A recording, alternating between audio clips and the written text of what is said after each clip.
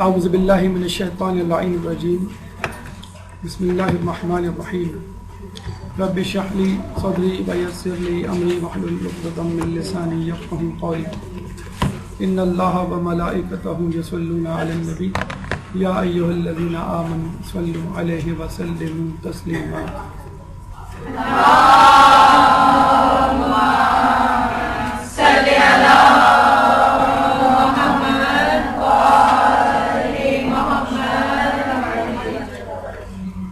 آج ہماری گفتگو کا عنوان ہے سیرت بی بی فضہ سلام اللہ علیہ۔ اس گفتگو کو شروع کرنے سے پہلے اور سیرت بی بی فضہ پر روشنی ڈالنے سے پہلے چند مقدماتی گفتگو کہ یہ موضوع آپ کے لیے کیوں اہم ہے، اس کے بعد بی بی فضہ کا خاندانی پس منظر، پھر وہ کس طرح در اہل بیت پر حاضر ہوئیں، کس طرح اپنی فن کیمیا گری سے اہل بیت کی کوشش کی مدد کرنے کی کوشش کی، اور انہوں نے کیا دیکھا، اہل بیت کے ساتھ رہتے ہوئے کن کرامات کی حامل بنی، ان کے تقوی میں، عبادت میں، علم میں کیسے اضافہ ہوا، قربت قرآن کس طرح حاصل ہوئی، اور خدمت اہل بیت کا سفر کربلا تک کس طرح جاری و ساری رہا۔ سب سے پہلے چند مقدماتی گفتگو، یقیناً آپ کے ذہن میں یہ سوال آ رہا ہوگا کہ بی بی فضہ کی شخصیت کو کیوں منتخب کیا گیا آج کی گفتگو کے لیے، لیکن اس سے پہلے یہ سوال آپ کے ذہن میں آنا چاہیے کہ سیرت معصوم کو پڑھنے کا، سننے کا کیا فائدہ ہے، اور اس سے بھی پہلے جو اہم ترین سوال ذہن میں جلوہ افروز ہوتا ہے وہ یہ کہ تاریخ کی اپنی کیا حیثیت ہے دینی علوم میں، اور اگر حیثیت ہے تو اس تاریخ سے کما حقہ فائدہ کیوں نہیں اٹھایا گیا۔ اپنے مقدمے میں پہلے بنیادی سوال کی طرف ہم چلتے ہیں کہ ہمارے نزدیک تاریخ کی کیا اہمیت ہے۔ قرآن و حدیث، قرآن و سنت، قرآن و عطرت کا جملہ، الفاظ اور معیار و میزان آپ کے اذہان سے ٹکراتے رہتے ہوں گے کہ یہی ایک معیار ہے جو رسول چھوڑ کے گئے تھے، تاریخ کہاں سے اس کے درمیان آ گیا۔ تو جان لیجئے قرآن کی آیات کی تحریف تو نہیں کی جا سکتی، تکذیب یا تنقید تو نہیں کی جا سکتی، ہاں تعویلات کئی کی جا سکتی ہیں، اور ان تعویلات میں وہی تعویل قریب ترین قرین قیاس اور صحیح ترین ہوگی جو احادیث سے تصدیق شدہ ہوگی۔ چنانچہ قرآن کو سمجھنے کے لیے انسان حدیث کا محتاج ہے۔ اب آئیے، حدیث کو سمجھنے کے لیے انسان کس کا محتاج ہے؟ حدیث ضعیف ہے یا صحیح ہے، مستند ہے یا غیر مستند ہے، اس کا دار و مدار اس راوی پر ہے جو اس حدیث کو روایت کر رہا ہے۔ اس راوی کے حالات آپ کو تاریخ کی کتابوں میں ملیں گے، اور اس پورے علم کو اسم الرجال کہا جاتا ہے، یعنی راویوں کا علم، اور یہی وہ علم ہے جو کہ درس خارج میں علماء و اعلام اپنی گفتگو کا محور و مرکز بناتے ہیں، اور راویوں کے حالات جاننے کے بعد اس نتیجے پر پہنچتے ہیں کہ کون سی حدیث لی جائے، کون سی حدیث کو مسترد کیا جائے۔ چنانچہ قرآن کو سمجھنے کے لیے حدیث کا سہارا اور حدیث کو سمجھنے کے لیے اسم الرجال یعنی تاریخ یا سیرت راویات. تو آپ نے دیکھا کہ کس طرح تاریخ کا علم نہ صرف حدیث کو سمجھنے کے لیے بلکہ قرآن کو سمجھنے کے لیے بھی ضروری ہے. اور یہ وہ دو معیارات ہیں یعنی قرآن و فطرت، قرآن و حدیث یا قرآن و سنت کہ جن پر ہمارے دین کا دار و مدار ہے. اور ان دو معیارات اور میزان کو کس طرح تاریخ کا علم سہارا دیے ہوئے ہے یہ اظہر من الشمس. آیت اللہ خوئی نے اس ضمن میں بہت بڑا کارنامہ انجام دیا اور مستقل طور پہ اسم الرجال کا ایک رسالہ لکھ کر اس مسئلے کو ہمیشہ کے لیے دفن کر دیا. راویوں کے حالات دقت اور زحمت و مشقت کے بعد جمع کر کے بتلا دیا کہ کس راوی کی حدیث کو قبول کیا جائے، کس راوی کی حدیث کو قبول نہ کیا جائے. گویا راویوں کے حالات اور راویوں کے صحیح یا غلط ہونے کی حد تک حدیث کے مسئلے کو آپ نے سلجھا دیا. اب خود حدیث کے الفاظ اور اس کو پرکھنے کا علم اور کوشش علماء کے کاندھوں پہ چھوڑ دی. مقدماتی گفتگو میں دوسرا اہم سوال جو ہمارے ذہن میں اٹھتا ہے کہ آخر تاریخ معصوم یا معصومین کی سیرت کی کیا اہمیت ہے. واقعات کی اہمیت ہے، حالات کی اہمیت ہے، بادشاہوں حکمرانی کی اہمیت ہے، اس میں معصومین کی کیا اہمیت ہے. رسول کی ایک حدیث اس مسئلے کو لمحے بھر میں حل کیے دیتی ہے اور وہ حدیث حدیث ثقلین کے نام سے مشہور ہے جو تاریخی واقعے غدیر و خم کے موقع پر رسول اللہ نے اپنی زبان مبارک سے ادا کی. اور وہ حدیث تھی انی تارکن فیکم الثقلین ما ان تمسکتم بہما لن تضلوا کتاب اللہ و عطرتی اہل بیتی. میں تمہارے درمیان دو گرا قدر چیزیں چھوڑے جا رہا ہوں، جو ان دونوں سے متمسک رہا وہ کبھی گمراہ نہیں ہوگا، کتاب اللہ اور میرے اہل بیت کی عطرت. رسول اللہ نے لن تضلوا کا لفظ استعمال کیا ہے. لن ترانی میں جو لن استعمال ہوتا ہے وہ ہے کبھی نہیں والا، لم یا لما والا نہیں. تو یہ وہی لن ترانی والا لن تضلوا ہے کہ کبھی بھی گمراہ نہیں ہوگے جب تک ان سے متمسک رہو گے. اور وہ دو چیزیں کیا ہیں؟ کتاب اللہ فطرتی. اور دونوں ثقلین ہیں، دونوں اہم چیزیں ہیں، دونوں کو سنبھالنا ہے، پکڑنا ہے. اگر ایک کو سنبھالا دوسرے کو چھوڑ دیا تو بھی گمراہ، دوسرے کو سنبھالا پہلے کو چھوڑ دیا تو بھی گمراہ. لیکن ایک نقطہ، ایک اہم بات معصومین کی سیرت کو پڑھتے ہوئے ذہن میں مد نظر رکھنی چاہیے، جس کا اعادہ نقوش عصمت میں مولانا ذیشان حیدر جوادی نے مقدماتی گفتگو میں کیا کہ جب میں معصومین کی سیرت لکھنے بیٹھا تو میرے نزدیک تاریخ کا ایک سمندر ٹھاٹے مارتا ہوا معجزن تھا اور میری سمجھ میں نہیں آ رہا تھا کہ معصومین سے متعلق کس واقعے کو لوں، کس کو چھوڑوں.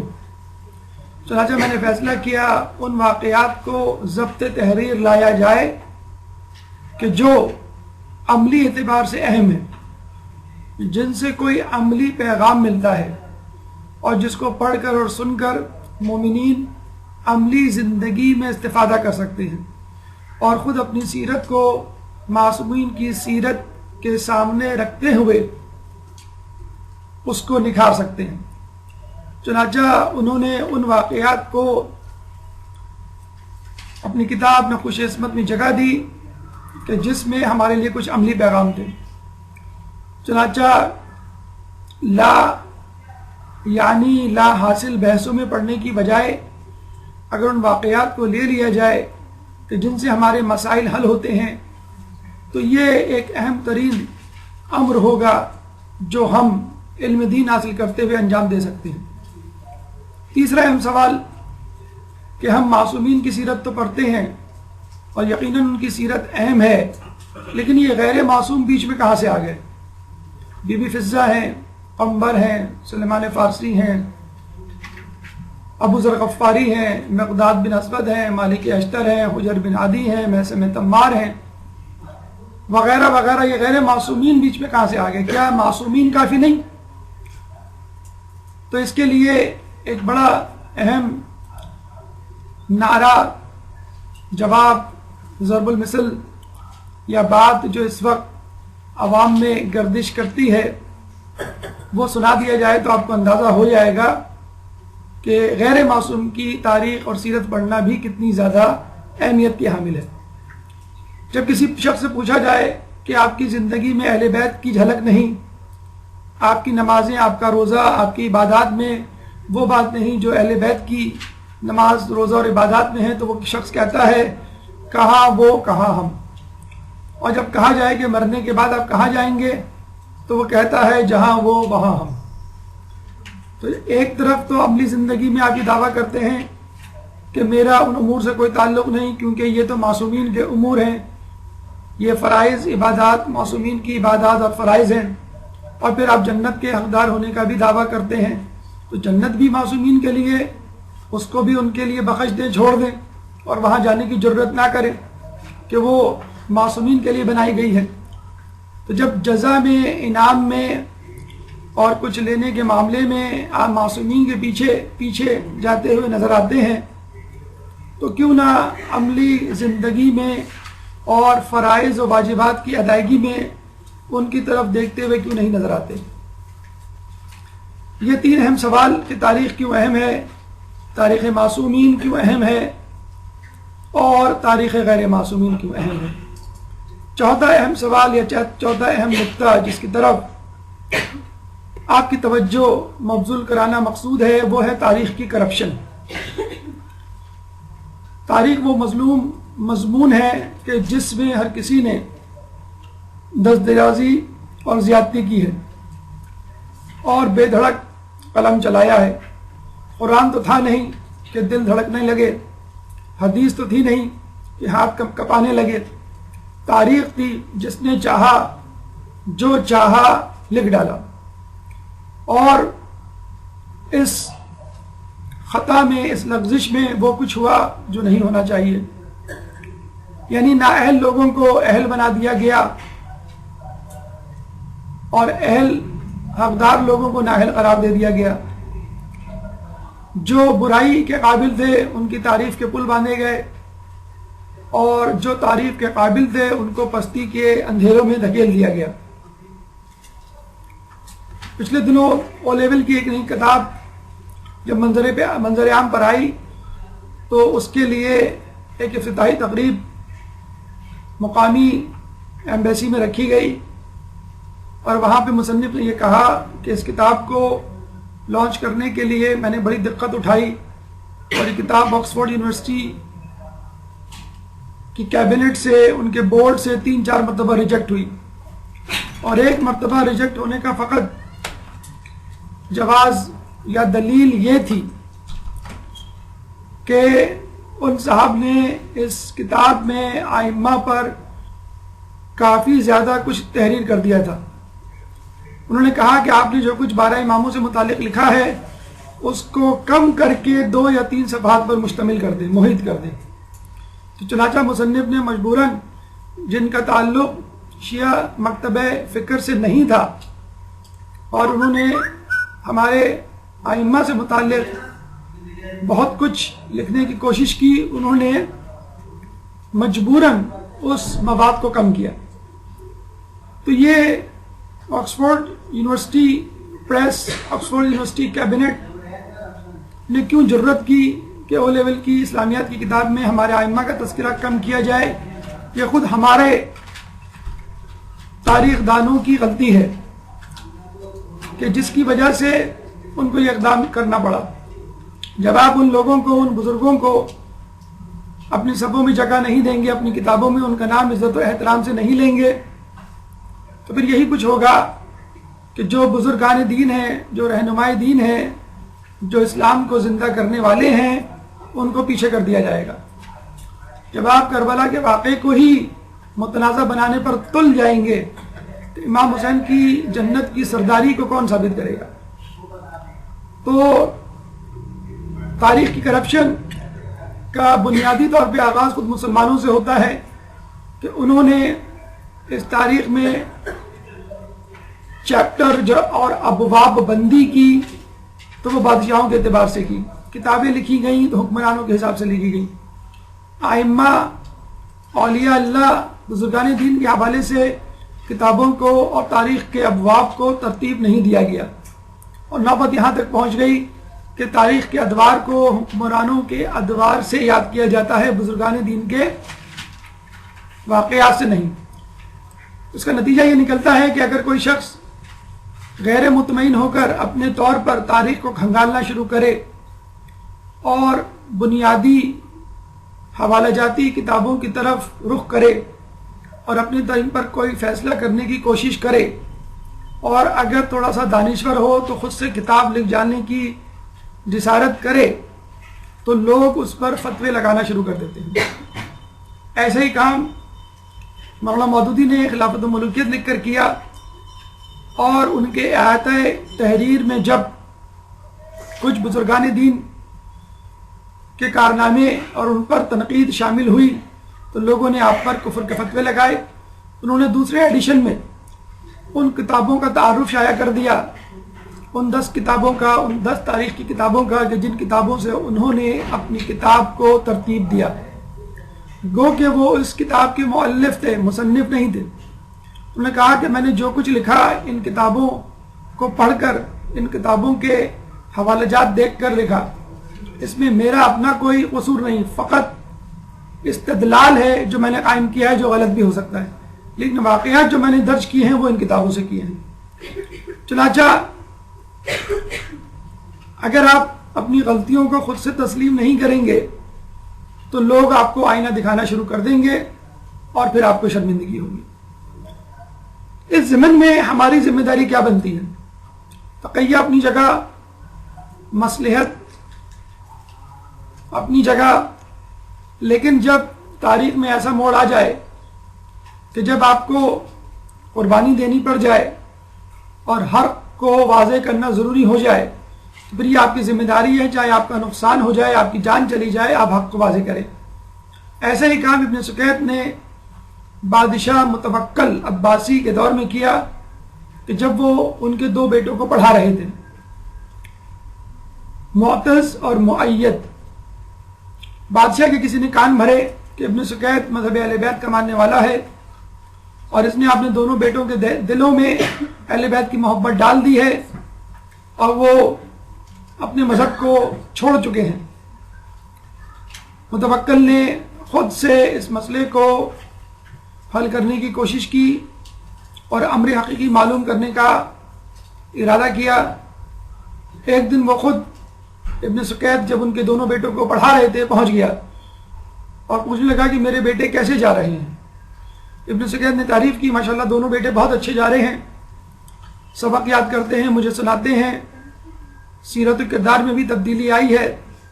اب ابن سکیت نے اپنا وہ سوال کیا جس کی بنا پر اس کو فیصلہ کرنا تھا کہ کیا اس کے بیٹے مذہب اہل بیت کی طرف چلے گئے ہیں یا ابن سکیت خود اس کا تعلق مذہب اہل بیت سے ہے۔ اور اس نے ابن سکیت سے ایک سوال کیا، وہ تاریخی سوال جس کا تاریخی جواب کتاب کی کتب تواریخ میں موجود ہے، اور وہ سوال یہ تھا کہ ابن سکیت یہ بتلاؤ کہ علی کے بیٹے حسن و حسین زیادہ بہتر ہیں یا میرے بیٹے معتز اور مؤید؟ ابن سکیت نے جب یہ سنا تو ان کو جلال آ گیا، اور یہ وہ وقت تھا کہ جب حق کو اظہار کرنا ضروری ہو گیا اور تقیہ سے منہ موڑنا حرام۔ انہوں نے فوراً کہا یہ تیرے دونوں بیٹے تو بہت دور کی بات اور حسن و حسین بھی بہت دور کی بات، علی کا غلام قمبر تو جسے اور تیرے دونوں بیٹے سے کہیں زیادہ افضل ہے۔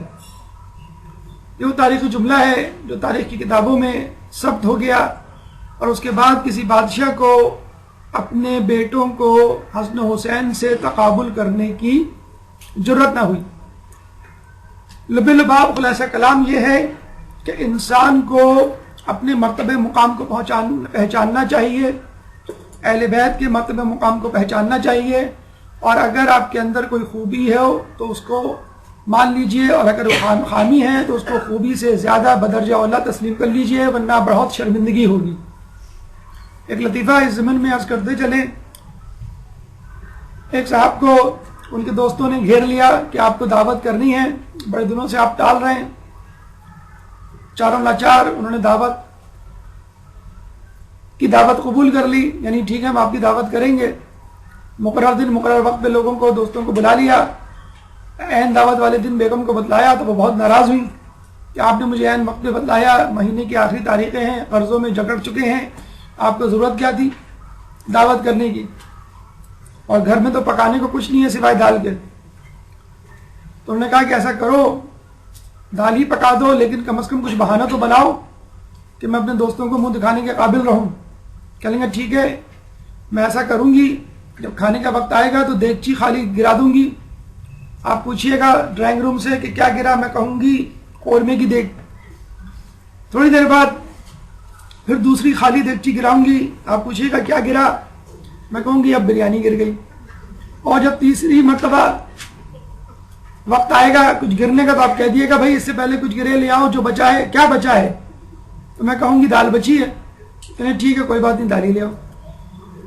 کافی دیر گزر گئی، مہمان پہلو بدلتے رہے، کھانے کا وقت آیا تو کچن سے آواز آئی، لیکن خالی دیگ کی نہیں، بھری ہوئی دیگ کی۔ شوہر نے گھبرا کے پوچھا بیگم کیا گرا؟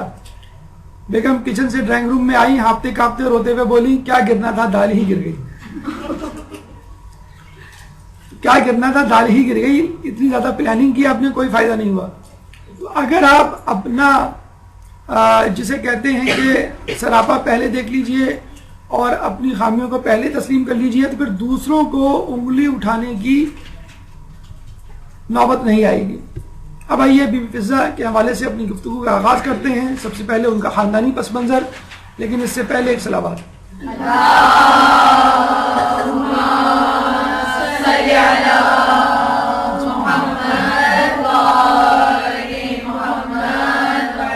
آپ کا نام میمونہ نوبیہ تھا، نوبیہ اس قبیلے کا نام کہ جن سے ان کا تعلق تھا، لیکن جب آپ اسلام کے دائرہ کار میں داخل ہوئی تو آپ کا نام فضہ پڑ گیا، اور وہ اس وجہ سے بھی کہ آپ کو فن کیمیا گری میں بڑا کمال تھا، اور اس میں بھی چاندی بنانے کا فن آپ کو آتا تھا۔ 72 سال کی عمر پائی، 11 سال کی عمر میں در اہل بیت پر آئیں، اور پھر 72 سال تک یعنی 61 سال تک انہوں نے خاندان اہل بیت کی خدمت کی۔ خاندان کے حوالے سے بادشاہ نجاشی کی بیٹی یا کنیز ان کو کہا جاتا ہے، جو خود بنفس نفیس اپنے آپ کو اہل بیت کی کنیزی میں دینے آئی تھی۔ ازدواج آپ نے جب تک بی بی سیدہ زندہ رہیں شادی نہیں کی، اور جب آپ کا انتقال اور آپ کی شہادت ہوئی تو وہ بھی لوگوں کے کہنے پہ، ایک روایت میں مولا علی کے کہنے پہ ایک حبشی غلام ابو صعلبہ سے شادی کی، جس سے آپ کا ایک بیٹا ہوا، لیکن 1.5-2 سال بعد شوہر بھی مر گیا اور بیٹا بھی۔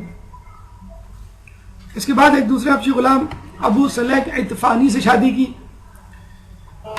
جس سے 4 بیٹے ہوئے، داؤد، یحییٰ، موسیٰ اور محمد، اور ایک بیٹی مسکہ۔ یہ 5 اولادیں آپ کی ابو صلیح عطفانی سے جو دوسری شادی ہوئے۔ جناب مسکہ کی ایک بیٹی تھی جس کو فضہ صغریٰ کہنا بجا ہوگا، اس کا نام تھا شکیلہ۔ شکیلہ کے حوالے سے کہا جاتا ہے کہ ان میں بی بی فضہ کی جھلک تھی، اور جس طرح بی بی فضہ جوابات دیا کرتی تھیں، قرآن سے گفتگو کیا کرتی تھی، جناب شکیلہ کے بارے میں بھی یہی ملتا ہے، اور معجزات کی حامل تھی۔ عبادات اور تقوی میں طاقت تھی. ایک دفعہ حج کے موقع پر سفر کے دوران قافلے سے بچھڑ گئی، ناقہ بیمار ہو گیا. ناقے کو اونٹنی کو آزاد کیا اور اللہ سے سچے دل سے دعا کی تو ایک شخص آیا، اس نے ایک ناقہ دیا اور غائب ہو گیا. اس کے بعد اس ناقے کو استعمال کر کے حج کیا، اپنے گھر پہنچی اور قافلے والوں سے پہلے باحفظ حفاظت گھر پہنچ گئی. کسی نے آپ کو قرآن کی زبان میں گفتگو کرتے ہوئے دیکھا تو کہا کہ ہم نے تو ایک زمانے میں بی بی فضا کو سنا ہے قرآن کی زبان میں گفتگو کرتے ہوئے. تو آپ نے کہا کہ میں انہی کی نواسی ہوں. گفتگو کا تیسرا مرحلہ کہ بی بی فضا در اہل بیت پر کس طرح آئی. ایک صلوات پڑھتے محمد والے محمد.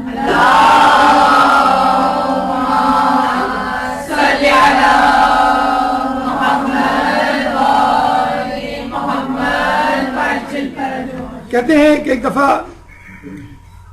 مولا علی نے بی بی کی حالت کو دیکھ کر، زحمت و مشقت کو دیکھ کر، ان کے ہاتھوں میں پڑے چھالوں کو دیکھ کر یہ کہا کہ تمہارے والد کے پاس کچھ غلام آئے ہیں، اگر تم چاہو ان میں سے ایک کنیز اپنے لیے لے لو. اچھا، یہ بتاتے چلیں کہ اس زمانے میں پسا ہوا آٹا نہیں ہوا کرتا تھا، گندم کو خود پیس کر آٹا بنانا پڑتا تھا اور بڑی بڑی بھاری بھاری پتھر کی چکیاں ہوتی تھی جن کو چلانا پڑتا تھا.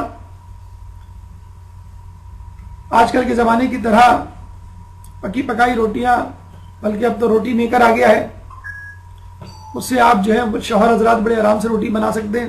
آٹا ڈالا اور دوسری طرف سے روٹی نکل آئی. تو تم جو ہے اپنے لیے کنیز مانگ لو. چنانچہ وہ مولا کے ساتھ گئیں لیکن ہمت نہیں ہوئی کچھ کہنے کی. شرمندہ واپس آ گئی. دوسرے دن دوبارہ گئی. جب بابا سے کہا تو آپ نے کہا کہ دیکھو اس وقت مسجد نبوی میں 400 بھوکے افراد بیٹھے ہوئے ہیں، مجھے ان کے کھانے کا بندوبست کرنا ہے، ان کی ضروریات کو دیکھنا ہے. ان غلاموں کو بیچ کر مجھے ان کے لیے کچھ کرنا ہے.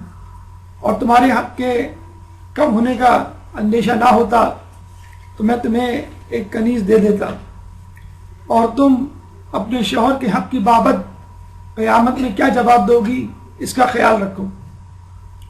یعنی آپ نے دیکھا کہ رسول اللہ نے دوسروں کو ترجیح دی بنسبت اپنی بیٹی کے.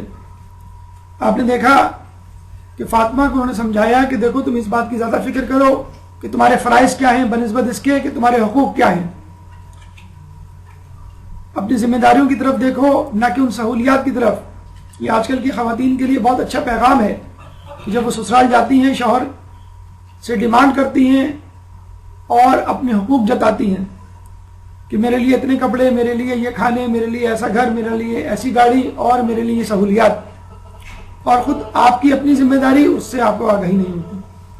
اور عمر گزریاتی یہی شکوہ کرتے ہوئے کہ تم نے مجھے کیا دیا، میں اس سے پہلے بہت عیاشی کی زندگی اور سہولت زندگی گزار رہی تھی.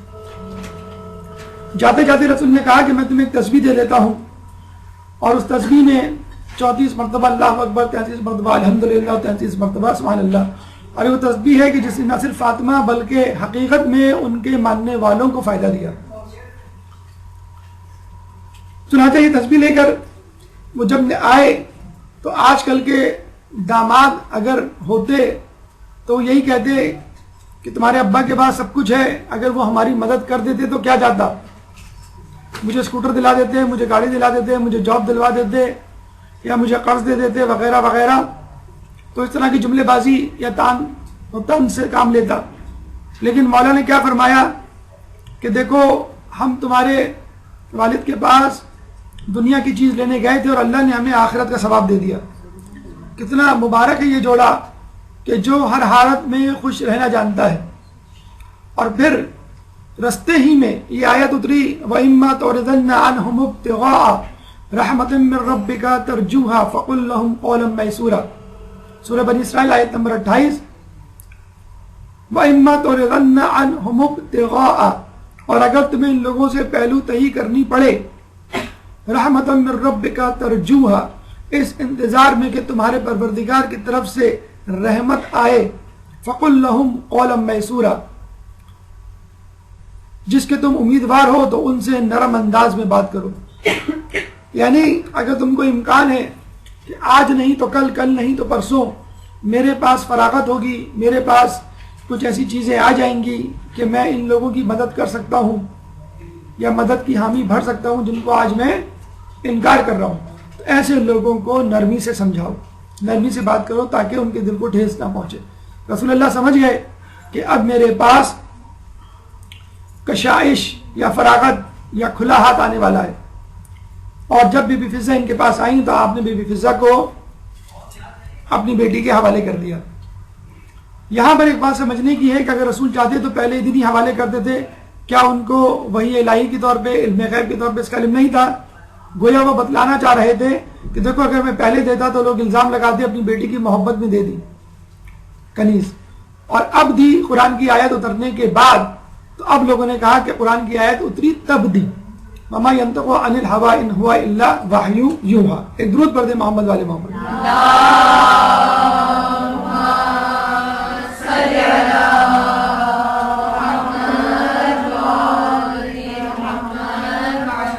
ہماری گفتگو کا چوتھا مرحلہ فن کیمیا گری۔ جب آپ در اہل بیت میں آئیں تو دیکھا کہ یہاں بہت خستہ حالی ہے، فقر و فاقہ ہے، پریشانی ہے، غربت ہے، بھوک و افلاس ہے۔ چنانچہ آپ نے اپنے فن کو، فن کیمیا گری کو استعمال کرنے کی ٹھانی، کہیں سے لوہا تلاش کیا، کچھ کیمیائی اجزاء اس کے ساتھ ملائے، آگ میں پگھلایا اور پھر اس کو چاندی میں تبدیل کر دیا۔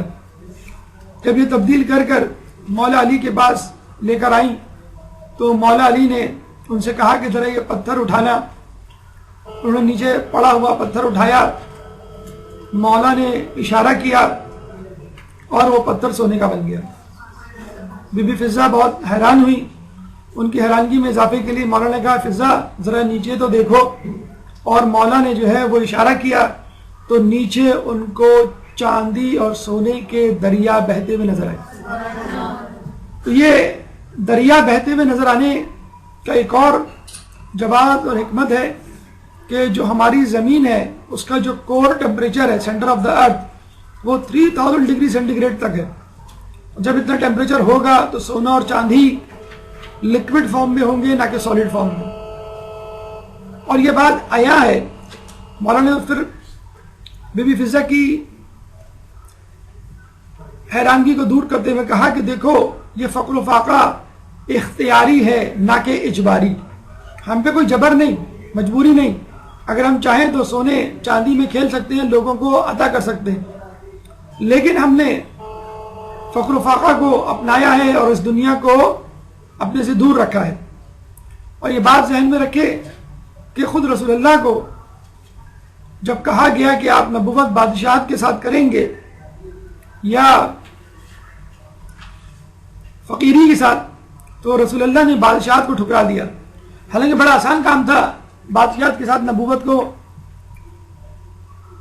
چلانا۔ سلیمان علیہ السلام سے کم کی تو بادشاہت نہ ملتی ان کو، لیکن انہوں نے اپنے لیے زحمت و مشقت برداشت کی۔ اور خود رسول اللہ کیا، امام حسین کو کہا گیا کربلا کے میدان میں کہ آپ کو فتح چاہیے یا شہادت؟ چاہتے تو فتح لے لیتے، اپنے گھر والوں کو قتل و غارت اور ذلت جو ظاہری طور پر ان کے ساتھ روا رکھی گئی، چھٹکارا مل جاتا اور فتح یاب ہوتے اپنے دشمن پر، لیکن شاید اسلام کی وہ سربلندی حاصل نہ ہوتی جو شہادت کی صورت میں حاصل ہوئی۔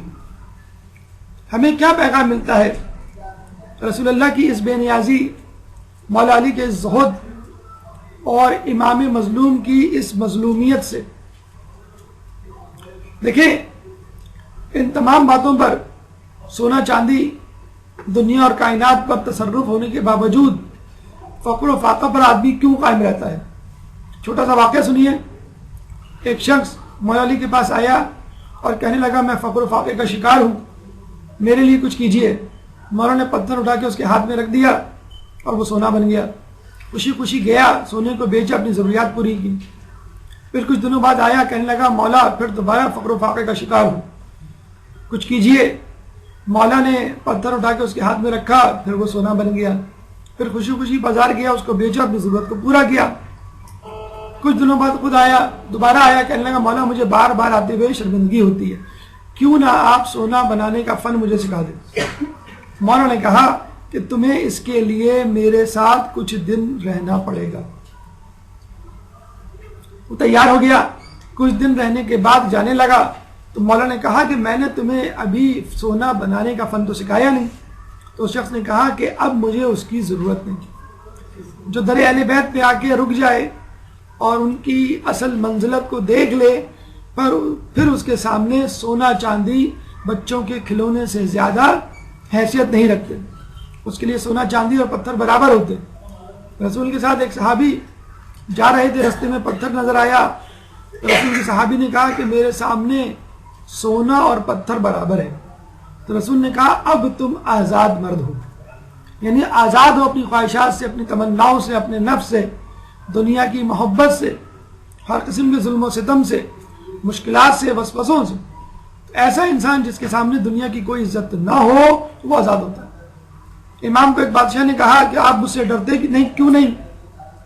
امام نے کہا کہ نہ میرے پاس دنیا ہے جس کے چلے جانے کا خوف ہو، اور نہ تیرے پاس آخرت کہ جس کی مجھے ملنے کی امید ہو۔ تو ایسے لوگ دنیا کو کھلونے سے زیادہ حیثیت نہیں رکھتے، لیکن کچھ لوگوں کو یہ مل جائے تو وہ اس کو کرتب بازی میں تبدیل کر دیتے۔ ایک شخص کو جس کو کرامت حاصل ہوئی تھی نئی نئی، رجب علی خیاط کو ناشپاتی ہاتھ میں دے کر اترانے لگا کہ وہ ناشپاتی سونا بن گئی۔ رجب علی خیاط نے وہ ناشپاتی دوبارہ اس کے ہاتھ میں رکھی، یعنی سونا وہ دوبارہ ناشپاتی بن گیا، اور کہا کہ ایمان کو اپنی خدا کی رضا حاصل کرنے کے لیے استعمال کرو، کرتب بازی کے لیے نہیں۔ سائنسی پہلو دیکھتے ہیں اس کا کیا ہے، یعنی کام کی بات ذرا کہ سونا کیسے بنایا جائے۔ دیکھیں، آپ نے پیریوڈک ٹیبل میں پڑھا ہوگا کہ ہر ایلیمنٹ کا ایک ایٹامک نمبر ہوتا ہے، اور اس ایٹامک نمبر سے وہ پہچانا جاتا ہے۔ اگر ایٹامک نمبر تبدیل کر دیا جائے تو وہ ایلیمنٹ اور اس کے فیچرز چینج ہو جاتے ہیں۔ اور ایٹمی نمبر کیا ہے؟ دراصل پروٹون کی تعداد، number of protons in the nucleus. Atom 3 ذروں سے مل کر بنتا ہے، proton, neutron, electron. Atomic number depends upon the number of proton present in the nucleus. جتنے پروٹون ہوں گے اسی حساب سے وہ مادہ ہوگا۔ گولڈ کا ایٹمک نمبر 79 ہے، یعنی number of protons in the nucleus are 79۔ Silver کا پروٹون نمبر 47 ہے، number of protons present in the nucleus 47۔ Iron کا پروٹون نمبر 26 ہے، number of protons present in the nucleus is are iron 26۔ اب آپ iron کے 26 proton میں 21 proton مزید داخل کر دیں تو it will change into silver by it self. Proton کی تعداد ہی تو بڑھانی ہے آپ کو۔ اسی طرح سلور کے ایٹم میں 32 پروٹونز آپ داخل کر دیں، that will change into gold. یہ ہے سمپل طریقہ پروٹون داخل کر کے گولڈ بنانے کا۔ اس سے بھی آسان طریقہ کیا ہے؟ یا تو آپ بھائی پروٹون کو اپنے ہاتھ سے ڈالیں، کسی مشین سے ڈالیں، یا پھر اس کو زبانی کہہ دیں، آرڈر دے دیں، حکم دے دیں کہ بھائی 21 پروٹون سلور میں چلے جائیں، آئرن میں چلے جائیں تاکہ وہ سلور بنے، یا 32 پروٹون سلور میں چلے جائیں تاکہ وہ 79 ہو کر گولڈ بن جائے۔ اب آپ کہیں گے سر کہنے سے اگر ہونے لگتا تو سب کے پاس سونا ہوتا، تو مجھے بتائیے کہ اللہ تعالیٰ نے کن کہہ کر یہ کائنات نہیں بنائی؟ کہہ کر ہی تو کائنات بنائی ہے۔ اب آپ کہیں گے بھائی اللہ تو کہہ کر کائنات بنا سکتا ہے یا کچھ بھی بنا سکتا ہے، انسان کیسے بنائے؟ ارے کہنا تو دور کی بات ہے، اشارہ ہی کافی ہے۔ بی بی فضا ایک دفعہ شمعون یہودی کے پاس گئیں۔ شمعون یہودی نے کہا کہ فضا تو در اہل بیت پہ مفلسی کی زندگی کیوں گزار رہی ہے؟ میرے پاس آ، میرے پاس لذیذ کھانے ہیں، نرم بستر ہیں، زرق برق لباس ہے، عالی شان محل ہے۔ تو فضا نے کہا یہ چیزیں تو میرے پاس پہلے سے موجود ہیں۔ وہ بڑا پریشان ہوا کہ کیسے موجود ہے؟ تو فضا نے کہا کہ میں چاہوں تو تیرے گھر کی دیوار سونے کی بن سکتی ہے۔ بی بی فضا نے فقط ہاتھ اٹھا کے اشارہ ہی کیا تھا، وہ دیوار سونے کی بن گئی۔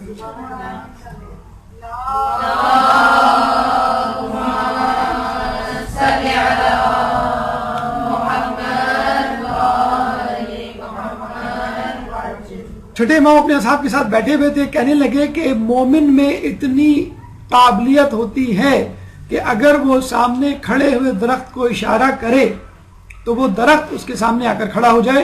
امام نے جملہ ختم کیا نہیں تھا، وہ درخت امام کے سامنے آ کر کھڑا ہو گیا. امام نے مسکرا کے کہا کہ میں نے مثال دی تھی، حکم نے. تو یہ مومن کا انداز ہوتا ہے. اگر مومن چاہے تو کہنا تو درکنار، فقط اس کے اشارے سے چاند 2 ٹکڑے ہو سکتا ہے، بشرط یہ کہ وہ اللہ کی رضا میں اپنی رضا کو شامل کر دے. اور یہاں پر یہ حدیث ہمیں یاد آتی ہے، حدیث قدسی کہ انسان میں نے پوری کائنات تیرے لیے خلق کی ہے اور تجھے اپنے لیے.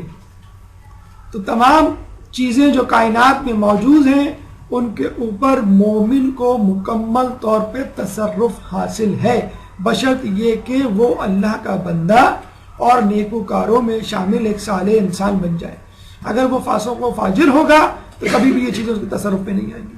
ایک بادشاہ ہے، اس کا بیٹا اگر اپنے نوکروں کو، بادشاہ کے نوکروں کو، بادشاہ کے وزیروں کو حکم دے تو کیا وہ اس کی بات نہیں مانیں گے؟ بالکل مانیں گے. لیکن اگر بادشاہ اپنے بیٹے سے ناراض ہو جائے اور اس کو زندان میں ڈال دے تو کیا اب وہ شہزادہ اپنی باتیں لوگوں سے منوا سکے گا؟ بالکل نہیں. ہماری مثال بالکل ایسی ہے. ہم اپنی تمناؤں کے اسیر ہو چکے ہیں، ہم اپنی خواہشات کے زندان میں مقید ہیں. اسی لیے کائنات اور یہ تمام چیزیں جو ہمارے پاس موجود ہیں ہماری بات نہیں مانتے. اور اگر آج ہم خدا کے بندے بن کر اور اس کے مطیع و فرما بردار ہو کر اپنے آپ کو تبدیل کر لیں تو یہ کائنات ہمارے قدموں میں گر جائے گی. تو ہم دنیا کی لالچ میں مبتلا ہیں. اس کو ایک حکایت سے سمجھ لیجئے. ایک دفعہ ایک بادشاہ نے اپنے وزیر کو کہا کہ میں تم سے بہت خوش ہوں اور چاہتا ہوں کہ تم کو کچھ دوں، چنانچہ تم جاؤ میرے خزانے سے جتنے ہیرے جواہرات چاہو سمیٹ کے لے آؤ.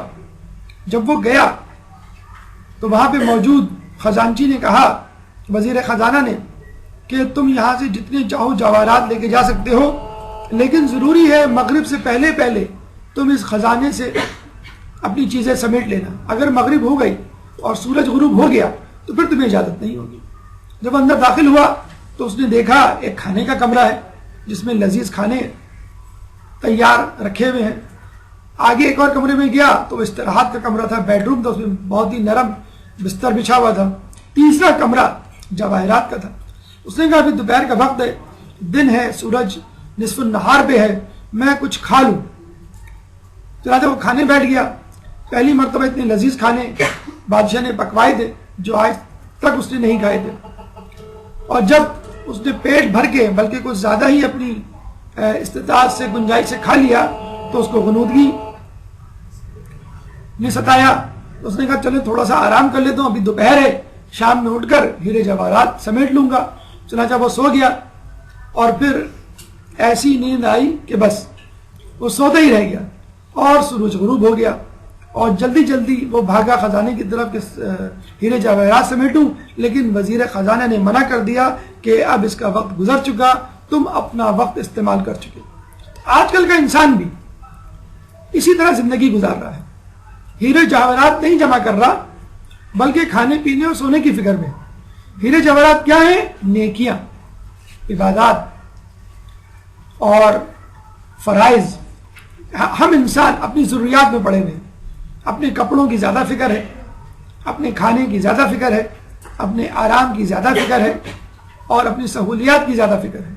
اگر فکر نہیں تو اس کی فکر ہے کہ فجر کی نماز پڑھی کہ نہیں.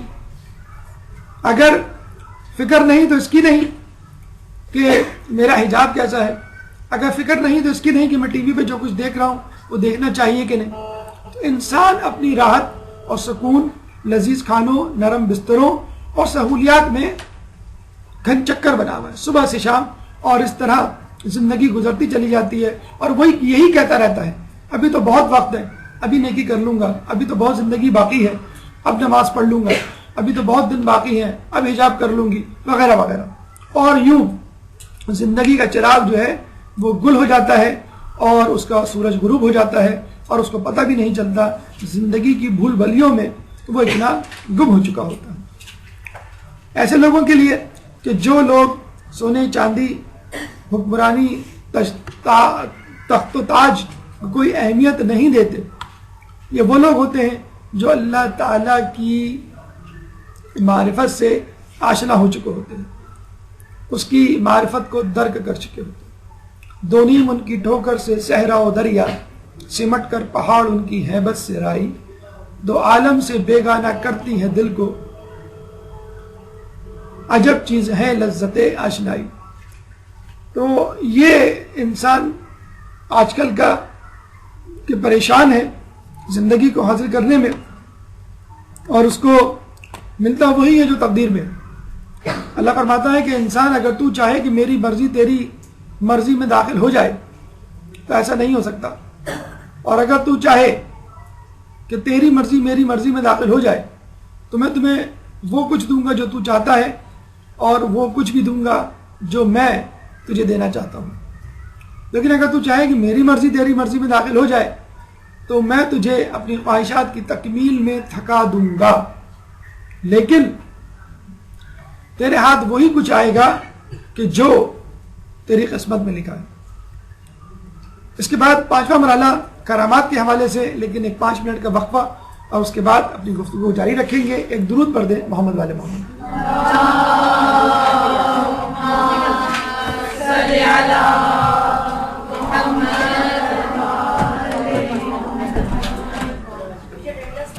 بسم اللہ الرحمن الرحیم. گفتگو کا 5واں مرحلہ بی بی فضہ کی کرامات کے حوالے سے. آپ نے دیکھا کہ بی بی فضہ جب آئی تھی تو چاندی بنانے کا فن جانتی تھی, اور جب اہل بیت کے خاندان کو ان کی رہنمائی کو اختیار کیا تو سونا بنانے کے فن کو نہیں جانا بلکہ سونا بنانے کی کرامت کو اختیار کیا, حاصل کر لیا. فن آنا ایک الگ بات ہے اور کرامت کا حامل ہونا ایک الگ بات ہے. فن کا مطلب یہ ہے کہ آپ نے خود سے حاصل کیا, آپ کا پروردگار آپ سے راضی ہے یا نہیں آپ کو نہیں معلوم. لیکن کرامت کا مطلب یہ ہے کہ اللہ آپ سے راضی بھی ہے, اس لیے تو اس نے یہ کرامت دی ہے. تو تقویٰ پرہیزگاری حاصل کر کے انسان اگر کوئی کرامت حاصل کرے وہ اس فن سے بہتر ہے جو تقوی کے بغیر اس کے پاس آ جائے. پھر ہمیں یہ بھی ملتا ہے کہ ایک دفعہ رسول اللہ کی دعوت کی بی بی سیدہ نے, دعوت کے بعد جانے لگے تو مولا نے کہا کہ کل میری طرف سے دعوت ہے. رسول اللہ دوسرے دن آئے, دعوت کے بعد جانے لگے. امام حسن نے کہا کہ کل میری طرف سے دعوت ہے. تیسرے دن آئے, دعوت کے بعد جانے لگے تو امام حسین نے کہا کل میری طرف سے دعوت ہے. جب چوتھے دن آئے, دعوت کے بعد جانے لگے, دروازے سے گزر رہے تھے, بی بی فضہ کھڑی ہوئی تھی, انہوں نے آہستگی سے کہا کہ کل میری طرف سے دعوت ہے. اچھا رسول کہہ سکتے تھے کہ بس ٹھیک ہے گھر والوں کی طرف سے ہو گئی, تم یہاں کی کنیز ہو, تمہاری دعوت بھی اس میں ہو گئی. لیکن کہا کہ ٹھیک ہے میں آؤں گا. 5ویں دن آئے تو اہل بیت بڑے حیران ہوئے. خیریت؟ آپ نے کہا کہ آج فضہ نے میری دعوت کی ہے. اب مولا علی بڑے حیران پریشان ہوئے اور بی بی فضہ سے کہا کہ آپ ہمیں بتلا دیتی تو ہم کچھ انتظام کر دیتے طعام کا. انہوں نے کہا کہ کوئی بات نہیں, انشاءاللہ انتظام اللہ کر دے گا. اندر کمرے میں گئی, مصلی بچھایا, نماز پڑھنے لگی, سجدے میں جا کے دعا کی گڑ گڑا کر کہ اللہ تیرے محبوب کی دعوت کی ہے, میری عزت کی لاج رکھ لینا. اور پھر کچھ دیر بعد دیکھا کہ جنت سے طعام رسول اللہ کے لیے آیا.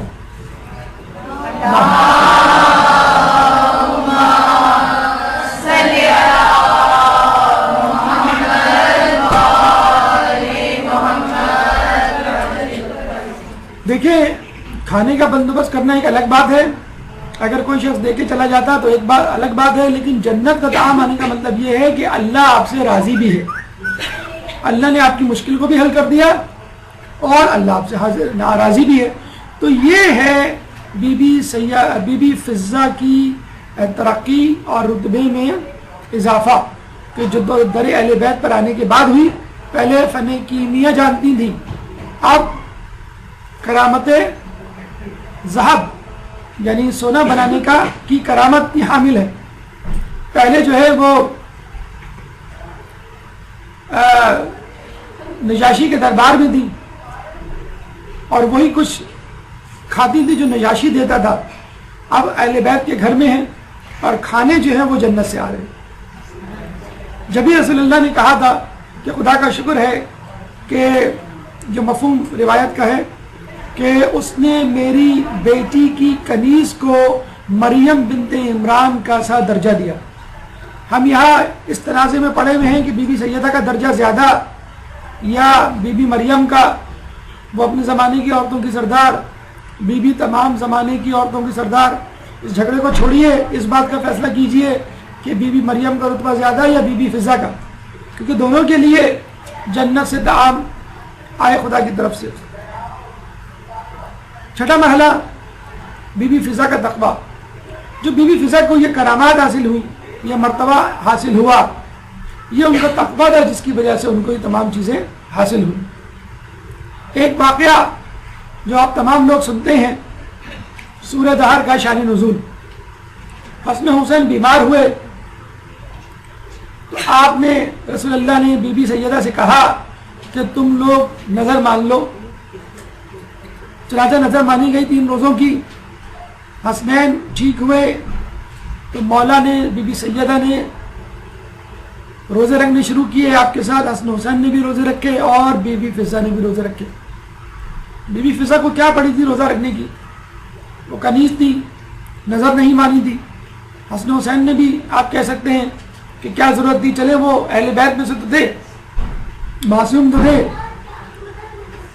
لیکن بی بی فضا غیر معصوم کنیز, ان کو کیا ضرورت تھی؟ لیکن پھر بھی انہوں نے کہا کہ مجھے اہل بیت کی شانہ بشانہ چلنا ہے. یہ ان لوگوں کے لیے پیغام جو کہتے ہیں کہاں وہ کہاں ہم, کہاں اہل بیت اور کہاں ہم.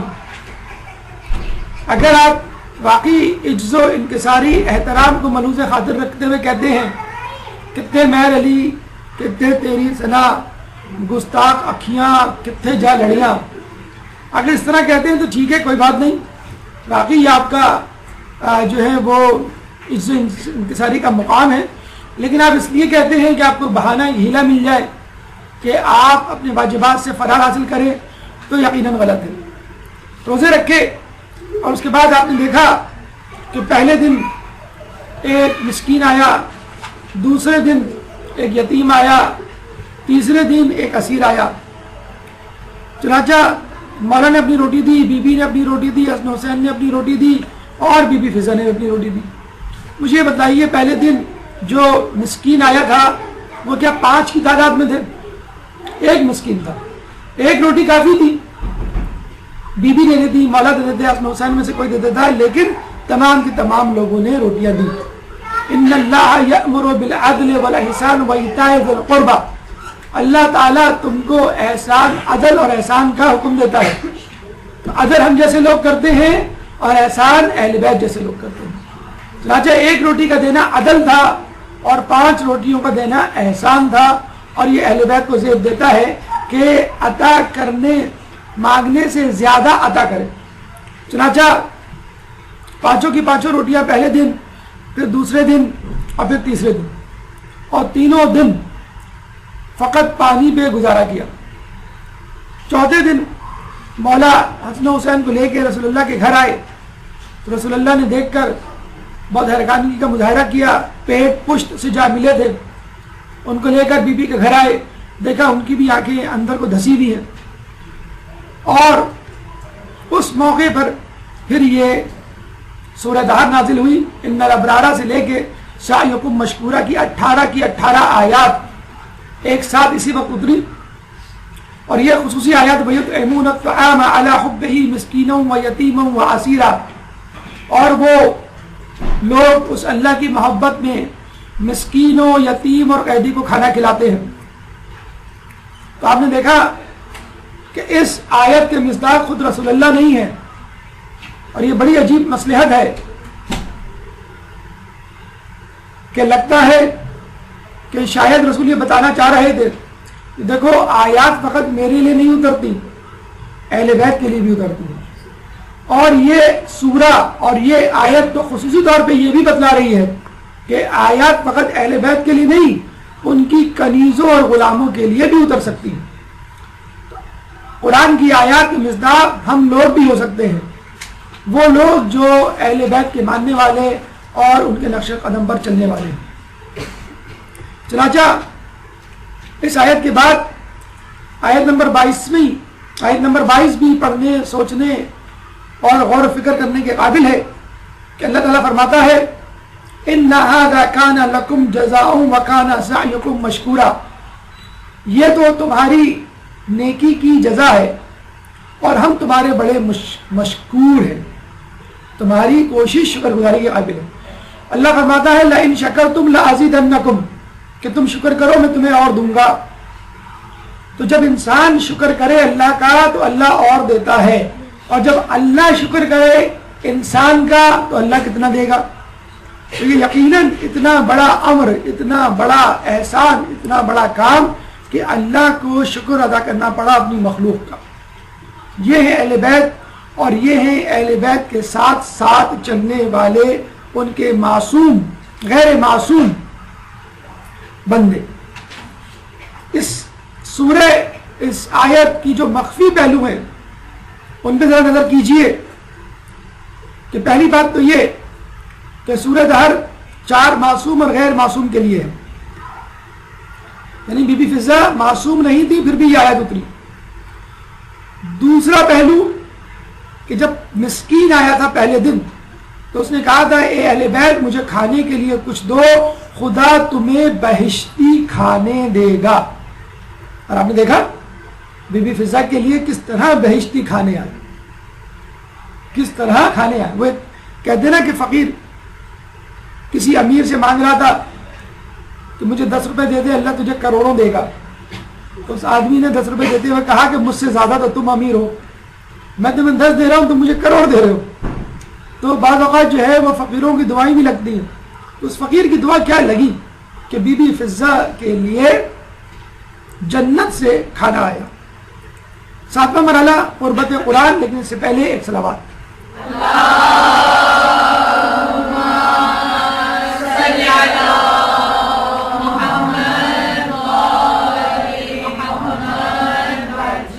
دیکھیں ہمارے یہاں مساوات کا بڑا دعویٰ کیا جاتا ہے، نعرہ لگایا جاتا ہے، لیکن حقیقت میں مساوات آپ کو کہیں نظر نہیں آئے گی۔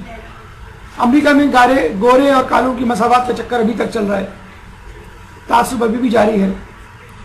ساؤتھ افریقہ میں کچھ سال پہلے تک تو ووٹ ڈالنے کا حق ہی نہیں تھا۔ پھر نوکروں کے ساتھ جو رویہ اختیار کیا جاتا ہے، چاہے وہ مشرق ہو یا مغرب ہو، نوکروں کو چھوڑیے، حکمرانوں کے بچے الگ اسکول میں پڑھتے ہیں اور عوام کے بچے الگ اسکولوں میں پڑھتے ہیں۔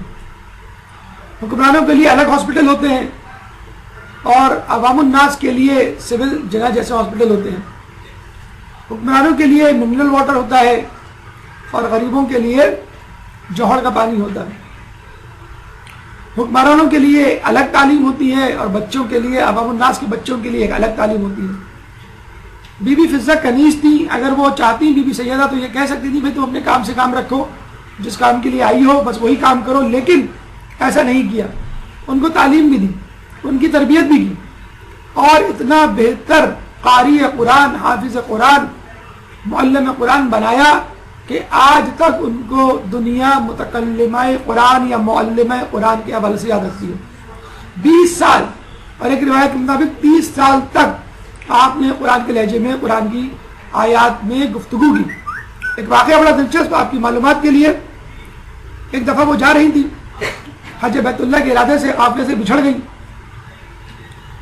ایک شخص وہاں سے گزرا اور پوچھا کہ آپ کون ہیں؟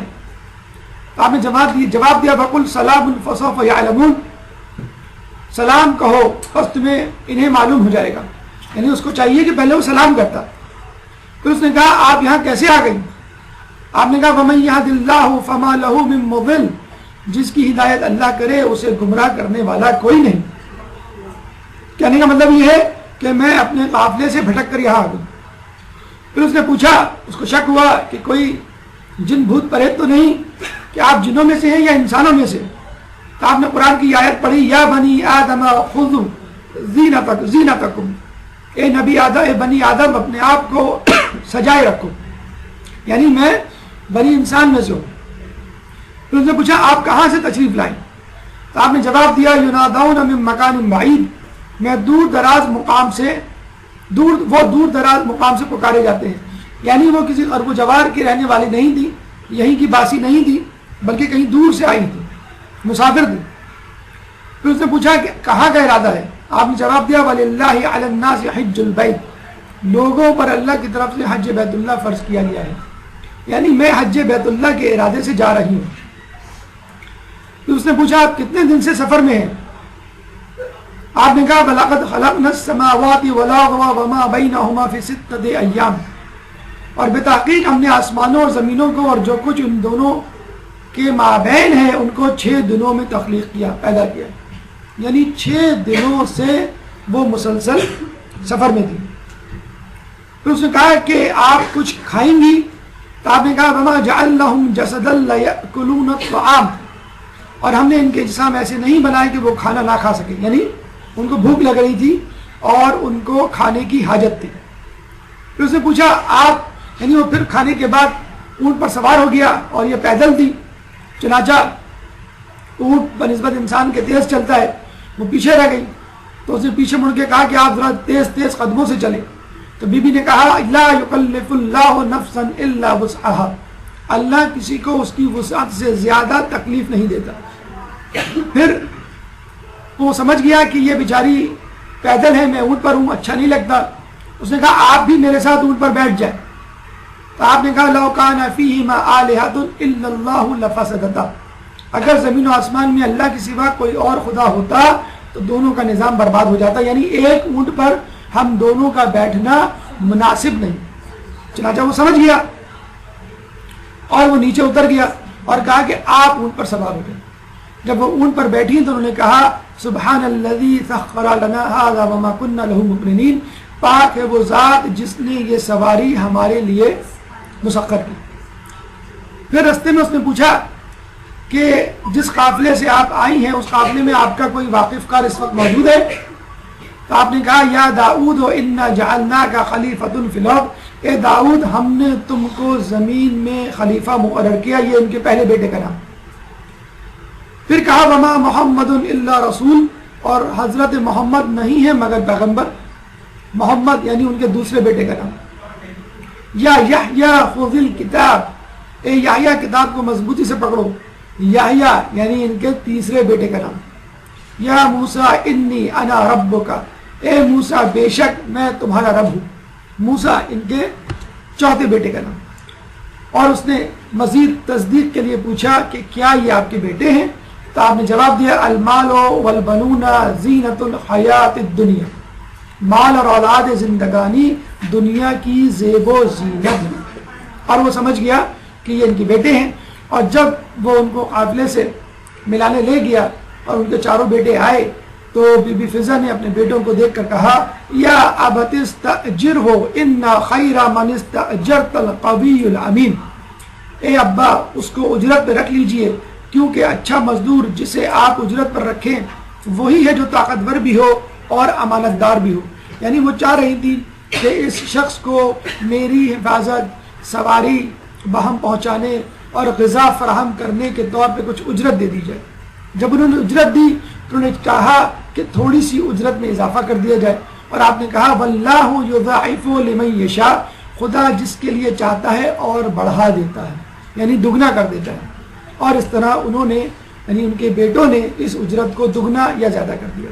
تو آپ نے دیکھا کہ بی بی فضہ نہ صرف خدمت میں مشغول رہی بلکہ تعلیم قرآن کا سلسلہ بھی جاری رکھا۔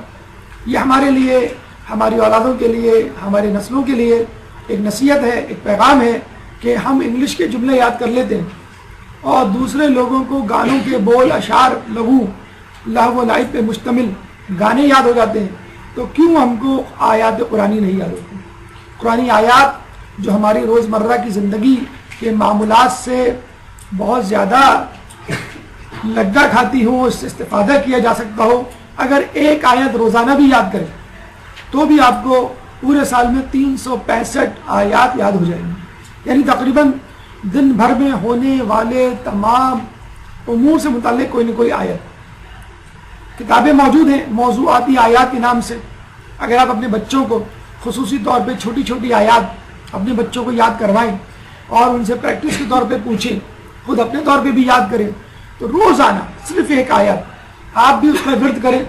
کھانا پکاتے ہوئے خواتین کے لیے بہت پلینٹی آف ٹائم ہوتا ہے, تو بجائے اس کے کہ وہ ساس نندوں کی باتوں کو سوچیں, ان باتوں کو اپنا شعار بنائیں, ان کی تکرار کریں, ان کو ذہن میں بار بار لائیں.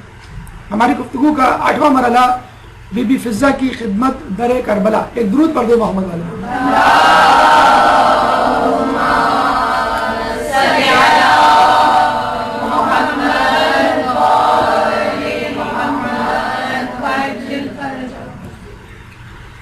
کہتے ہیں کہ جب رسول اللہ کا آخری وقت آیا تو انہوں نے بی بی فضہ کو بلایا اور یہ کہا کہ تم نے ہمارے خاندان اہل بیت کی خدمت کا حق ادا کر لیا, اب تم کیا اجر چاہتی ہو؟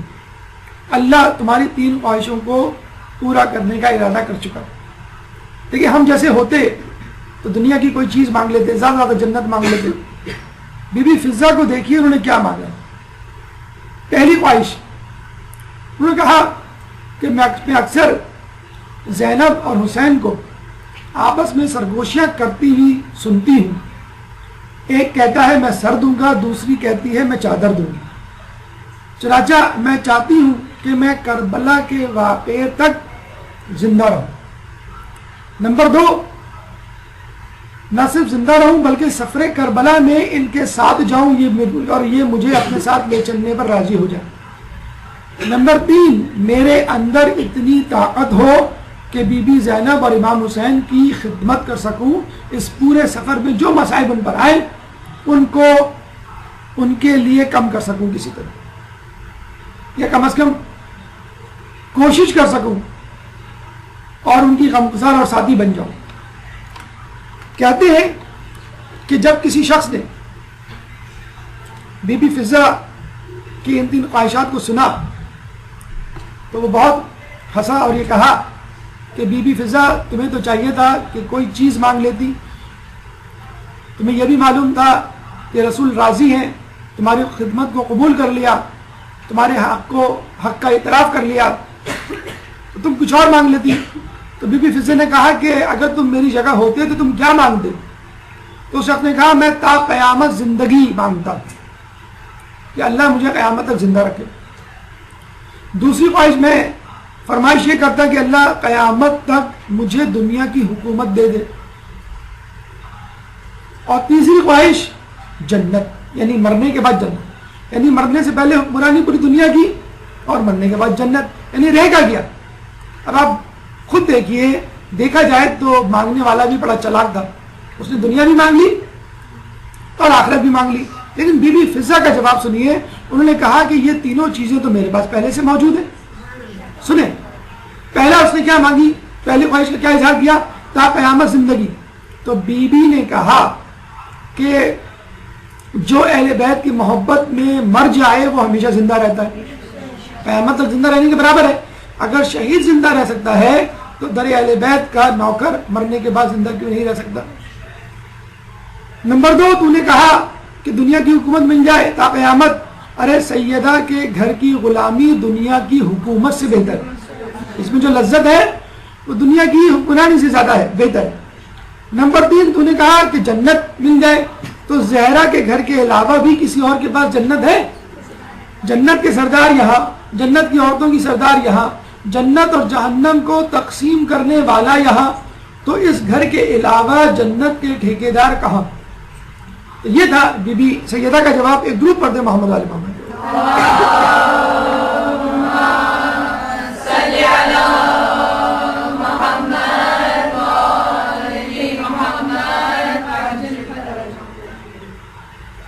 اور پھر بی بی فضہ کربلا میں وارد ہوتی ہیں اور آپ کا یہ کام تھا کہ لمحہ بر لمحہ کی خبریں بی بی زینب تک پہنچاتی اور بی بی زینب کے پیغامات امام حسین تک پہنچاتی. فضائل میں مسائل میں ان کا تذکرہ میں ملتا ہے کہ حبیب ابن مظاہر کی آمد کی خبر بی بی فضہ ہی نے بی بی زینب کو دی تھی, اور بی بی زینب کا سلام بی بی فضہ ہی نے حبیب ابن مظاہر کو پہنچایا تھا. جناب حر کی آمد کی خبر بھی بی بی فضہ ہی نہیں دی تھی. حتیٰ کہ یہ بھی ملتا ہے کہ جب امام مظلوم یا بی بی زینب لاشوں کو اٹھاتے یا میدان کربلا کی طرف جاتے ہیں تو بی بی فضہ ان کے ساتھ ساتھ جاتی اور لاشیں اٹھانے میں ان کی مدد کرتی. اور پھر عصر عاشور کا وقت آیا, امام نے اپنے گھر والوں کو سلام کیا, یا زینب و یا ام کلثوم و یا رقیہ و یا سکینہ و یا رباب علیکن منی سلام. اے زینب, اے ام کلثوم, اے رقیہ, اے سکینہ, اے رباب, تم سب پر میرا سلام. اس سلام میں اگر بی بی فضہ کو بھی شامل کر دیتے تو کیا تھا, لیکن بی بی فضہ کا الگ سے مقام و مرتبہ بتلانا مقصود تھا. جب جا رہے تھے تو بی بی فضہ در خیمہ کیا پردہ اٹھائی کھڑی تھی. امام نے الگ سے ان کو سوال کیا, یا فضۃ علیک منی سلام, اے فضہ تم پر بھی میرا سلام. جس طرح رسول اللہ نے بی بی فضہ کی دعوت کو الگ سے قبول کیا اور یہ نہیں کہا کہ بس تمہاری دعوت بھی ان چاروں کی دعوت کے ساتھ ہو گئی. امام نے یہ نہیں کہا کہ تم پہ بھی سلام جس طرح ان پانچوں پہ سلام, الگ سے سلام جو ہے بی بی فضہ کے لیے دیا. اور آپ کو معلوم ہے سلام کا مطلب ہوتا ہے دعا, کہ تم پر سلامتی ہو, اور امام کی دعا مستجاب الدعوات ہوتی ہے. امام خود مستجاب الدعوات ہے, اس کی دعا قبول ہوتی ہے. تو یقیناً بی بی فضہ پہ سلام ہوا, اور بی بی فضہ نے آخر وقت تک بھی اپنے ہوش حواس کو قائم رکھا اور رونے دھونے کی بجائے, جزا و فضا کرنے کی بجائے امام کی حفاظت زندگی میں اور ان کی شہادت کے بعد بھی کرنے کی فکر مند رہی. جب لاشیں کو پامال کرنے کی باری آئی تو انہوں نے بی بی زینب کو خبر دی. بی بی زینب نے کہا کہ دیکھو, اس نینوا کے جنگل میں ایک شیر رہتا ہے, وہ مولا کا ہمدرد خیر خواہ ہے, اس کو بلا لاؤ. اور بی بی زینب جو ہے اس شیر کو بلانے گئی, اور آج بھی کربلا کے میدان کا وہ شیر, وہ جگہ, وہ مقام جو ہے محفوظ ہے. ایک گلی ہے جو آپ جاتی ہیں کف عباس سے تھوڑا سا آگے, یہ مقام فضہ یا مقام شیر فضہ ہے, کہ جہاں اب اس شیر کا مجسمہ انہوں نے نصب کر دیا ہے. چنانچہ وہ شیر آیا اور اس نے امام حسین کے لاشے کی حفاظت کا کام انجام دیا جب تک ان کی تدفین نہیں ہو گئی. کہتے ہیں کہ مولا کے دور میں جب کوفے کی مسجد میں آپ بیٹھے ہوئے تھے تو ایک شیر آیا جس کو دیکھ کے لوگ بھاگ گئے. شیر نے قدم بوسی کی اور آپ کی کان میں کچھ کہا. جب وہ شیر چلا گیا تو لوگوں نے پوچھا شیر کیا کہہ رہا تھا. مولا نے فرمایا یہ شیر کہہ رہا تھا کہ میری شیرنی کا انتقال ہو گیا ہے, ایک میرا بچہ ہے, اس کی پرورش کے لیے فکر مند ہے. تو مولا نے کہا کہ نینوا کے جنگل میں ایک شیرنی رہتی ہے, اس کو بلا کے لے آؤ, وہ تمہارے بچے کی پرورش کر دے گی. وہ نینوا کے جنگل سے اس شیرنی کو بلا کے لایا اور اس نے آپ اس شیر کے بچے کی پرورش کی. کئی سال بعد وہ شیرنی اس شیر کے بچے کو لے کر آئی جو اب تنومند جوان ہو چکا تھا. تو شیرنی نے کہا میرے لیے کیا حکم ہے. تو مولا نے کہا کہ اس شیر کو, یعنی بچے کو, جب بڑا جوان شیر بن چکا تھا, کہ اسی نینوا کے جنگل میں چھوڑ دو کہ ایک وقت آئے گا کہ یہ میرے اہل بیت کی خدمت کرے گا, ان کے کام آئے گا. اور وہ شیر وہی تھا جس کو بی بی فضہ نے آواز دے کر بلایا تھا, اور اس شیر نے پھر امام حسین کے جسد خاکی کی لاشیں کی حفاظت کی تھی. اور سورہ یاسین آیت نمبر 12 میں ہمیں یہ پیغام ملتا ہے کہ امام کا حکم, امام کی حکومت نہ صرف انسانوں بلکہ جانوروں پر بھی ہوتی ہے. وَكُلَّ شَيْءٍ أَحْصَيْنَاهُ فِي إِمَامٍ مُبِينٍ, اور ہم نے ہر چیز کو امام مبین میں جمع کر دیا ہے. لوگوں نے پوچھا کہ کیا اس سے مراد قرآن شریف ہے, کیا اس سے مراد توریت ہے, کیا اس سے مراد زبور ہے, کیا اس سے مراد انجیل ہے. تو رسول اللہ نے منع کر دیا, اور جب امام علی آتے ہوئے نظر آئے تو کہا اس سے مراد مولا علی کی ذات ہے. چنانچہ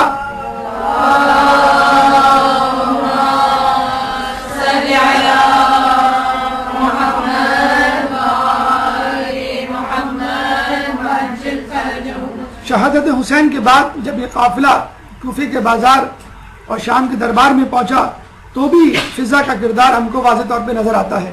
حالانکہ 70 کے عشرے میں پہنچ چکی تھی, لیکن اس کے باوجود خدمت اہل بیت سے ایک لمحے کی بھی غفلت نہیں برتی. کہتے ہیں کہ بازار کوفہ میں جتنے کوڑے بی بی زینب پر پڑے, تمام کوڑوں کو بی بی فضہ نے اپنے جسموں پر روکا. اور اس کے بعد دربار شام میں جب اہل بیت کی خواتین کو لے جایا گیا اور یزید ملعون نے اہل بیت کی خواتین کو دیکھنے کی ناپاک جسارت کی تو بی بی فضہ اس کے اور اہل بیت کی خواتین کے درمیان ایک رکاوٹ بن گئی۔ یزید ملعون نے کہا کہ اس عورت کو میرے سامنے سے ہٹاؤ، تو بی بی فضہ کو طیش آ گیا اور وہاں کھڑے ہوئے حبشی غلاموں کو کہا کہ تمہاری غیرت کو کیا ہو گیا ہے کہ تمہاری قبیلے کی ایک عورت کو ایک شخص للکار رہا ہے اور تمہیں جوش نہیں آتا۔ چنانچہ وہاں پہ کھڑے حبشی غلاموں نے اپنی تلواروں کو نیام سے نکال لیا اور یزید کو یہ کہا کہ اگر تم نے اس حبشی عورت کو کچھ کہا تو یہاں پر ہم خون کی ندیاں بہا دیں گے۔ یہ بی بی فضہ کا کردار، بی بی فضہ کی خدمت 11 سال کی عمر سے لے کر مرتے دم تک، اور اب ان کا روزہ مبارک آخری آرام گاہ بھی شام میں بی بی زینب کے روزے کے ساتھ کہ مرتے دم تک اہل بیت کی خدمت سے غفلت نہیں برتی۔ جب جزا مانگنے کی باری آئی تو بھی جزا میں اپنے انعام کی بجائے مزید خدمت مانگی۔ بادشاہت کے طور طریقوں اور شہزادیوں کے طور طریقے کو چھوڑ کر جو بی بی فضہ اہل بیت کی کنیزی میں آئی۔ ہم بڑے فخر سے جو اپنے فیس بک پہ اسٹیٹس لکھ دیتے ہیں کہ I am a princess and princess doesn't do work, تو بی بی فضہ بھی پرنسس تھی، بی بی فضہ بھی شہزادی تھی، خود شہزادی کونین بی بی سیدہ بھی شہزادی تھی، لیکن آپ نے دیکھا دونوں گھر کا کام کیا کرتی تھی، ایک دن بیوی کیا کرتی تھی اور ایک دن جو ہے بی بی فضہ کیا کرتی تھی۔ تو اگر آپ اپنے آپ کو کنیزان زہرا کہلانے پر مصر ہیں تو بی بی فضہ کا کردار دیکھیے۔ ہم یہ نہیں کہہ رہے کہ بی بی سیدہ کا کردار دیکھیں، ورنہ آپ کی طرف سے یہ دوبارہ جواب آ جائے گا کہ کہاں وہ کہاں ہم یہ کہتے ہیں کہ آپ ان کی کنیزوں کا کردار دیکھیں، آپ مولا کے غلاموں کا کردار دیکھیں جو غلامی کا دعویٰ کرتے ہیں، اور یہ دیکھیں کہ انہوں نے اپنے علم اور تقویٰ اور خدمت کو جس طرح شعار بنایا اور جس طرح مرتبہ اور مقام حاصل کیا، کیا ہم اس مرتبہ مقام کی جستجو میں سنجیدہ ہیں؟